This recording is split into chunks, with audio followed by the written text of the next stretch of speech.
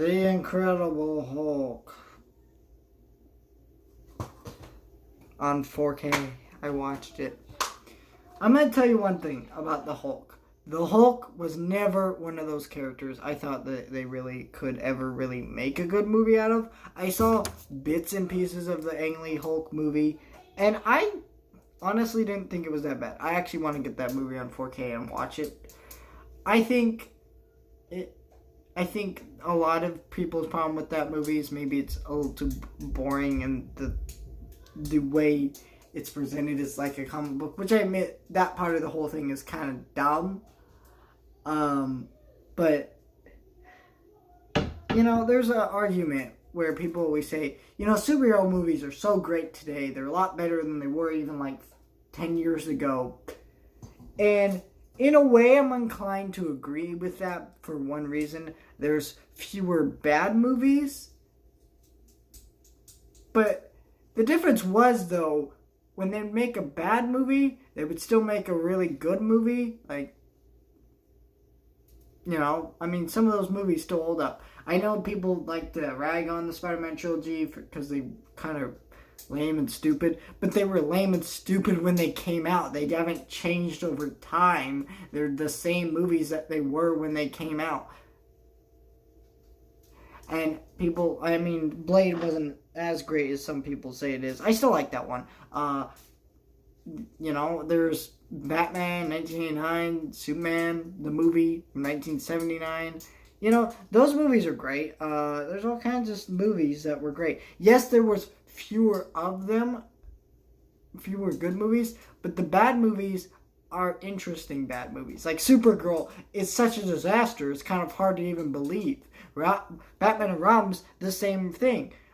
Compared to nowadays, movies like this are not interesting bad movies.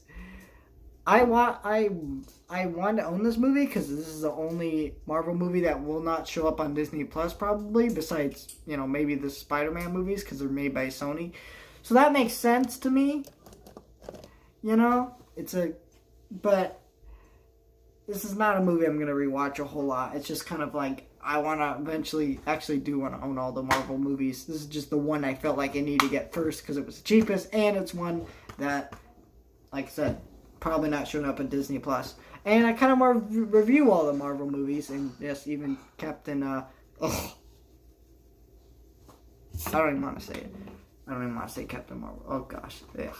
But this movie's terrible, for many reasons. I still think this movie's, like, entertaining to watch, kind of, but, like, in, like, background noise way. Like, I was on my phone every time I turned it on. I still knew everything. I still knew everything that was happening on screen without even looking at the screen. Because the script is that worthless. What's happening on screen is kind of that worthless. Edward Norton, for starters, is the worst casting choice you could have picked for the Hulk. He's too whiny and kind of quiet. I don't believe he turns into this big rage monster. He's a great actor, honestly, that guy. But he's a very dry delivery. He's not an amazing, nuanced actor. And he's not good, and he's been pissed that he's never been called back to be the Hulk again. But it's like, dude, you're terrible. All the people in this movie are terrible actors. All of them. There's not a single actor in this movie that is doing a good job, except for maybe Robert Downey Jr. at the very end of this movie. You really don't need to watch this movie. It really doesn't tie into the MCU at all, except kind of gives Hulk's origins. But that's in the beginning of the movie. So if you've seen Ang Lee's Hulk, you don't need to watch this one. And it's kind of boring. Even the action scenes are kind of boring. They're kind of like, it's just the same. Everything's shot the same. Every sequence is kind of runs the same length. It's just kind of lame, and it's not really interesting. There's no cool, well-shot action. It's just people running around with tanks and machine guns pointed at a big green monster. And it's like, it's not even, like, intense action because it's like, this guy's just the Hulk. He could just turn into the Hulk and just smash them all. It's not interesting. It's kind of boring.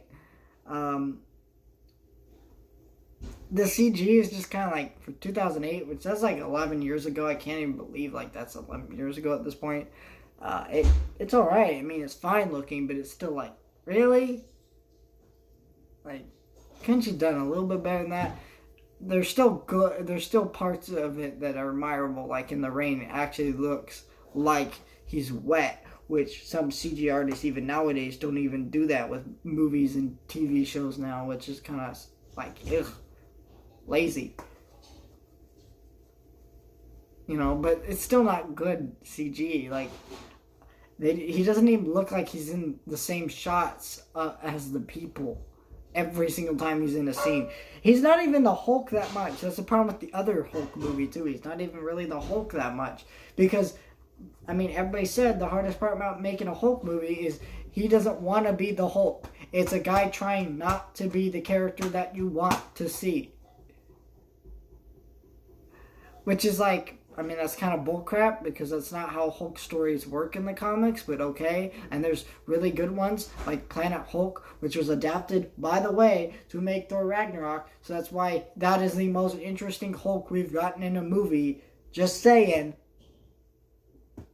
Maybe if people actually, you know, read or have interest in the source material, they can make a good adaptation. Right? So yeah, this movie is okay. It's okay overall, but it's a boring, bland piece of garbage, honestly. There's no reason to watch this. It doesn't connect to the MCU. It's not interesting. It's even made by a different studio. It's made by Universal, not even Marvel. So, I mean, what's the point of this movie, really? I mean, the main actor was even replaced with another actor and a better-looking Hulk. So yeah, I don't care for this movie. I did want to own it just to like own all the Marvel movies, like I said, venture review them all. So this isn't that bad of a movie, but it ain't that good of a movie either. So, you know, that's enough of that.